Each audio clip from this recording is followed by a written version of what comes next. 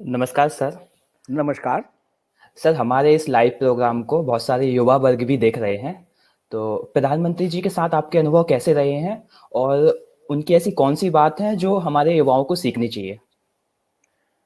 देखिए, आज के युवाओं को मैं कहूँगा हाथ जोड़ के कि आज के युवा को अगर पढ़ना हो तो नंबर एक में विवेकानंद के साहित्य को पूर्ण रूपेण से पढ़े। हिंदी अंग्रेजी दोनों में प्रकाशित है, 10 वॉल्यूम में, जो उनके अद्वैत आश्रम से प्रकाशित है। मैंने लिया था जब मैं मंत्री था अटल जी के सरकार में, तो उसके मैं 40 10 वॉल्यूम के 40 लेकर के अपने क्षेत्र के सभी कॉलेज को पुस्तकालयों में दिया था। तो मैं उनसे कहूँगा कि विवेकानंद को वो जरूर पढ़े। आज के युग में भी विवेकानंद ही हमारा असली राष्ट्र ऋषि के जैसे, उनको मैं उपाधि दूंगा कि आज के युग के वो विश्वामित्र हैं, हुए थे विवेकानंद। तो वो हम युवकों को दिशा देने वाले होंगे। विवेकानंद, गांधी को जितना पढ़ सके पढ़े, लोहिया को जितना पढ़ सके पढ़े पढ़े, फिर दीनदयाल जी को पढ़े। लेकिन उनसे मेरी विनम्र प्रार्थना है, आपने जो कहा, मैं आपको ये डॉक्टर लोहिया की किताब है, उसमें से मैं आपको बताना चाहता हूँ। ये 25 सितंबर 1958 को मैनकाइंड मासिक पत्रिका निकलती थी, जिसके संपादक डॉक्टर लोहिया खुद थे। उसमें उन्होंने लिखा था, ये क्रांतिकारी परिवर्तन है जब हिंदुस्तान की योजना बनाने वाले तय करें कि उनकी योजनाओं का आधार एक ही तबके को यूरोपीय स्तर तक ऊंचा उठाने का न होगा, बल्कि सभी को धीमी गति से ऊंचा उठाने का होगा। तब इस प्रकार के और भी परिवर्तन होंगे। ये है दृष्टि। नरेंद्र मोदी जी को इस कसौटी पर सभी जितने समाजवादी जो लोग हैं सो करें, और जो हिंदुस्तान के छात्र हैं उसी में उन्होंने लिखा था, उनको मैं सुना देना चाहता हूं। यह हिंदुस्तान के 5000 बरस के इतिहास का संकेत है। नौजवान छात्रों को कह रहे हैं, यह हिंदुस्तान के 5000 बरस के इतिहास का संकेत है कि तुम छलांग लगाओ, कि तुम अपने समाज को धरती पर मजबूती से स्थापित करो, कि तुम संसार में पहली बार उदार तर्क शक्ति और स्थिर कर्म वाली सभ्यता का निर्माण करो, और इस प्रक्रिया में फिर एक बार भारत माता का मानवीय विधाता से साक्षात्कार कराओ। क्या कोई कह सकता है कि ये समाजवादी डॉक्टर लोहिया की वाणी है या संघ के किसी प्रचारक की, संघ के किसी हमारे आदर्श पुरुष की वाणी है? डॉक्टर लोहिया ने आगे लिखा, नौजवानों को हालात हताश करने वाली नहीं है, उससे सिर्फ गुस्सा आता है। इस समस्त मिथ्यावाद और गंदगी और गरीबी के नीचे प्रगति की एक तीव्र धारा बह रही है। हिंदुस्तान के अखबारों और विश्वविद्यालयों में जो दर्शाया जाता है, उस समय उन्होंने लिखा था कि या सरकारी योजना के काम धंधों और उपलब्धियों से उसका कोई सरोकार नहीं है। तो गरीबी के नीचे जो उन्होंने उस समय कहा कि इस समस्त मिथ्यावाद, जो गलत धारणाएं हिंदुस्तान के बारे में वामपंथियों द्वारा, बुद्धिजीवियों द्वारा प्रचारित की जाती थी, नेहरूवादियों के द्वारा, उस समय लोहिया ने कहा था, इस समस्त मिथ्यावाद और गंदगी और गरीबी के नीचे प्रगति की एक तीव्र धारा बह रही है, उससे ऊपर उठो, आगे बढ़ो। इसलिए मैं जो कुछ बातें कह रहा हूं, जो लोग उठाते हैं ना, मैं उसमें से कुछ बातों को, इसलिए आपने जब लोहिया जी का जिक्र किया, हाँ, आज जो धार्मिक शिक्षा है ना, मिशनरी स्कूल सब या कोई, उसके बारे में मैनकाइंड 59 अंक 59 में डॉक्टर लोहिया ने लिखा था, धार्मिक स्कूल देश के लिए, गौर से सुनिएगा और लोग भी सुने युवा वर्ग, धार्मिक स्कूल देश के लिए इससे कहीं ज़्यादा खतरा पैदा कर रहे हैं। इनमें से विदेशी मिशनों द्वारा चलाए जाने वाले स्कूल तो अनुपयुक्त शिक्षा देते हैं, अपने विद्यार्थियों में से एक हल्का द्रोह पैदा करते हैं, अपने विद्यार्थियों में समता की जड़ को वे नुकसान पहुंचाते हैं। साधारण जनता और उसके जो बच्चे ऐसे स्कूल में नहीं पढ़े, उनके बारे में इनके मन में अहंकार के बीज बो दिए जाते हैं, जिससे वे चरित्र कहते हैं, उसके बारे में भी उन्हें गलत शिक्षा दी जाती है। केरल की शिक्षा प्रणाली पर ऐसे ही स्कूल ही हावी हैं, इसके बारे में कुछ करना चाहिए। ये कौन कह रहे हैं? डॉक्टर लोहिया ना, समाजवादी थे ना। आज इसी बात को अगर भारतीय जनता पार्टी के कोई बोले तो ये जो लाल टोपी वाले समाजवादी हैं वो कहने लगते हैं ये संप्रदायवाद है, ये हिंदू कट्टर, ये हिंदूवाद है। इसीलिए मैं युवकों से प्रार्थना करूंगा कि वो पढ़े, अध्ययन करें।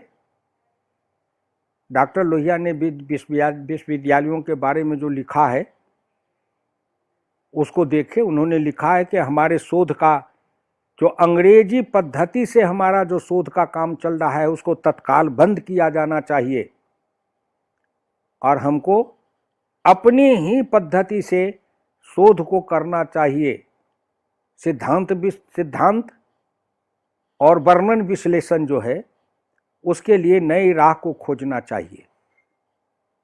और उन्होंने उस समय लिखा था कि अब समय आया है कि विश्वविद्यालय के विद्यार्थियों को उठ करके खड़ा होकर के दुनिया को एक नई राह देने का अवसर आया है कि अंग्रेजी भाषा, अंग्रेजी ही सब कुछ नहीं है। ये उस समय कहाँ 58-60 की बात है। डॉक्टर लोहिया मैनकाइंड में लेख लिखते थे, समाजवादियों के सभाओं में, युवक सभा थी, बाद में युवजन सभा, उसमें कहते थे, शिविरों में। तो युवा वर्ग को असीम मस्तिष्क, हृदय में व्यापकता हो, उदारता हो, मस्तिष्क असीम हो और कर्म में मर्यादा हो, यही राम है। राम की मर्यादा, कर्म मर्यादा, कृष्ण के उन्मुक्त हृदय और शिव के असीम मस्तिष्क के साथ भारत के अंदर एक नए युवा वर्ग की रचना करनी है। जो शिक्षा पद्धति अब बनी है उसमें कुछ उस दिशा की ओर हम बढ़ रहे हैं। ये हमारा संकल्प होना चाहिए। ये संकल्प यही है मेरे आज के नौजवान में, उनमें क्षमता है, योग्यता है, प्रतिभा है, आज की तकनीकी ज्ञान है, आज वो खोज करने की उनके पास में सामग्री उपलब्ध है, सब कुछ है। लेकिन एक चीज, दृष्टि। अब हमारी दृष्टि अंग्रेजी मूलक जो दृष्टि बनी थी, पाश्चात्य वाली दृष्टि जो बनी थी, उससे हमको पलट करके अब हमारी दृष्टि भारतीय होनी चाहिए। हमारा चिंतन भारतीयता होनी चाहिए, हमारी आत्मा में भारतीयता होनी चाहिए, हमारे हर श्वास श्वास में भारतीयता और राष्ट्रीयता होनी चाहिए और हर काम में हमारा ये समर्पण होना चाहिए कि हम जो कुछ भी कर रहे हैं वह सब राष्ट्र को समर्पित है। मेरे हर कर्म से राष्ट्र का उत्थान होगा और राष्ट्र का उत्थान होगा तो विश्व में भारत का नाम होगा। हर व्यक्ति वहाँ तक जाए। एक व्यक्ति अपने को यथा पिंडे तथा ब्रह्मांडे, यथा ब्रह्मांडे तथा पिंडे, हम अपने आत्मज्ञान से, अपने आत्म प्रकाश से विश्व को प्रकाशित कर सके, ये कौन करेगा? और मेरी पीढ़ी वाले तो हम लोग तो जा रहे हैं साहब, लात पात के चले व्यापारी भये भजन के बेड़ा। जो करना था सो किया, लेकिन हमारी जवानी थी तब क्या हम कहते थे? दिनकर की वो पंक्ति गाते थे मीटिंगों में, आग हथेली पर सुलगाकर सिर का हविष चढ़ाना, सूर धर्म है जग में अनुपम बलि का पाठ पढ़ाना, जिधर जवानी चलती है उधर जमाना चलता है, तलवार की धारों पर चलकर इतिहास नया तब बनता है। आज के युवा वर्ग में वही प्रतिबद्धता, निष्ठा, समर्पण आ रहा है, आया भी है बहुत, लेकिन ये जो विश्वविद्यालय की शिक्षा पद्धति है ना, उसको बदलना। डॉक्टर लोहिया कब कहे थे कि हमारे जो प्राइमरी स्कूल तक के, मिडिल स्कूल तक के जो शिक्षा है वो सब मातृभाषा में होनी चाहिए, जो अभी प्रधानमंत्री जी ने घोषणा किया है, लोक भाषा, लोकभाषा। हम अपनी भाषा में पढ़ें, अपनी भाषा में ज्ञान अर्जित करें। मेरे पिताजी साधारण पढ़े लिखे थे साहब, किसी तरह लिख लेते थे, किसान थे, और उस समय जब कभी बैठते थे तो कुछ बात बोला करते थे अपनी भाषा में, किसानी भाषा में। मैं उसको गांठ बांधते जाता था। जो जो आगे पढ़ा, संजोग से मुझको उपनिषद पढ़ने का मौका मिला। फिर आगे आर्य समाज से मैं जब जुड़ा तो ये मंदिर मार्ग के बगल में आर्य समाज मंदिर है, वहाँ से दयानंद जी के भाष्य का चारों वेद लाया। फिर उस चारों वेद को पढ़ा भाष्य हिंदी में। महर्षि जी तो संस्कृत में लिखे थे, फिर संस्कृत से हिंदी आर्य समाज ने किया, उसका हिंदी भाष्य पढ़ा। आज जब पढ़ लिया, उपनिषद पढ़ा, वो पढ़ा, उसमें कई बातें ऐसी मिली तो मैं आत्मचिंतन करके विभोर हो जाता था कि ये रे, मेरे पिताजी तो दरवाजे पर बैठे बैठे अपने गांव की किसानी भाषा में ये इसी तरह की बात बोल दिया करते थे, इसी तरह की बात बोल दिया करते थे। ये है जिसको कहते हैं शाश्वत सनातन प्रवाह। जननी जन्मभूमिश्च स्वर्गादपि गरीयसी, क्यों कहा गया कि ये जन्मभूमि है? अभी मैं दिल्ली में हूँ और बहुत दिन हो गया, तो मेरे मन ललचते हैं कि एक बार गांव में जाता है, अपनी जन्मभूमि को एक बार फिर देख आता, इतना उससे लगाव है। तो जन्मभूमि, जन्मभूमि का मतलब माता। तो हमारी जिसकी जन्मभूमि भारत नहीं है, कर्मभूमि अलग है, जन्मभूमि अलग है। फर्क नहीं लोग समझते हैं, आज के युवाओं बहुत समझना चाहिए कि जन्मभूमि अलग है। यही कांग्रेस पार्टी थी जब WHO ह्यूम, अंग्रेज जब इसके संस्थापक थे, एनी बिसेंट जब इसकी राष्ट्रीय अध्यक्ष थी, उस समय कांग्रेस की दिशा दृष्टि क्या थी।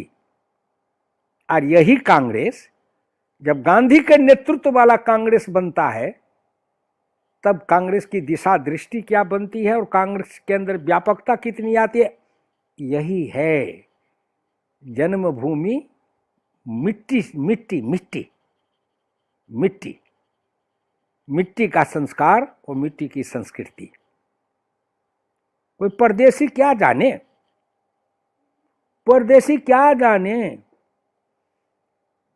हमारे यहाँ कोई कुछ बन जाए, बहू बन जाए, दामाद बन जाए, माँ बन जाए, विदेशी आकर के हो जाए, मैं उसमें कुछ इतराज नहीं, लेकिन इस मिट्टी की जो सुगंध है, इस मिट्टी में की जो लगाव है, परंपरा, हम जब मिट्टी छूते हैं ना, तो शाश्वत सनातन वैदिक काल से ऋग्वेद की आदि काल की ऋचाओं से लेकर के अब तक का जो इस मिट्टी में संस्कार है, वो सब मेरे अंदर आता है। मेरे माथे पर देखते हैं ये चंदन मिट्टी का है, में मिट्टी, ये मिट्टी है, देश बिहार हिंदुस्तान भर के सभी तीर्थ स्थलों से लेके गुजरात के गोपी तालाब की जो मिट्टी है वो लाया था, उसमें फिर सबको मिला के और अपने से चंदन बनाया, वो माथे पर लगाता हूँ।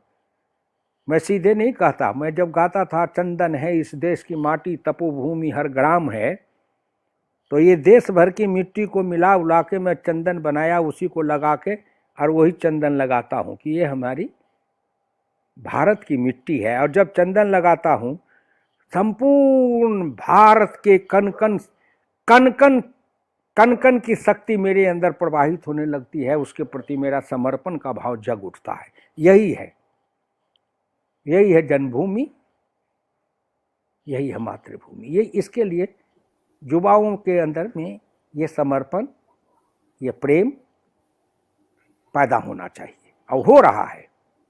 जगेंगे, थोड़ा समय लगेगा, जगेंगे। अभी कहाँ, अरे पहले कुछ जगह 14 से नरेंद्र मोदी के आने पर ये कुछ जग करके पहले बैठे, खड़ा हो गए, अब कुछ चलना सीखे हैं, चलना। अब उस चलने की उसमें कुछ गतिशीलता आनी चाहिए और तीव्रता आनी चाहिए। हाँ, हो गया, अब छिपरा चला, अब सीधे पद संचलन नहीं है, अब छिपरा चला, अब जरा तेजी चलो, क्योंकि यात्रा लंबी है और हमें बहुत दूर तक जाना है। भारत अपना कितना नाम है, अभी कितने भी आपको करे, उन युवा वैज्ञानिकों को मैं कोटि कोटि नमस्कार प्रणाम करता हूं, उनके चरणों में नतमस्तक होता हूं, जिन्होंने आज अंतरिक्ष विज्ञान में एक अपनी कीर्तिमान स्थापित कर रहे हैं। और अभी ये कोरोना वायरस का जो ये निकाला है इंजेक्शन, ये भारत के जो 2 संस्था के वैज्ञानिकों ने निकाला है, दुनिया में सबसे पहले अपना स्वदेशी टीका। गर्व है कि हमारे अंदर कितनी प्रतिभा है। मैं उन प्रतिभा को नमस्कार करता हूँ। या देवी सर्वभूतेषु प्रतिभा रूपेण संस्थिता नमस्तस्यै नमस्तस्यै नमस्तस्यै नमो नमः।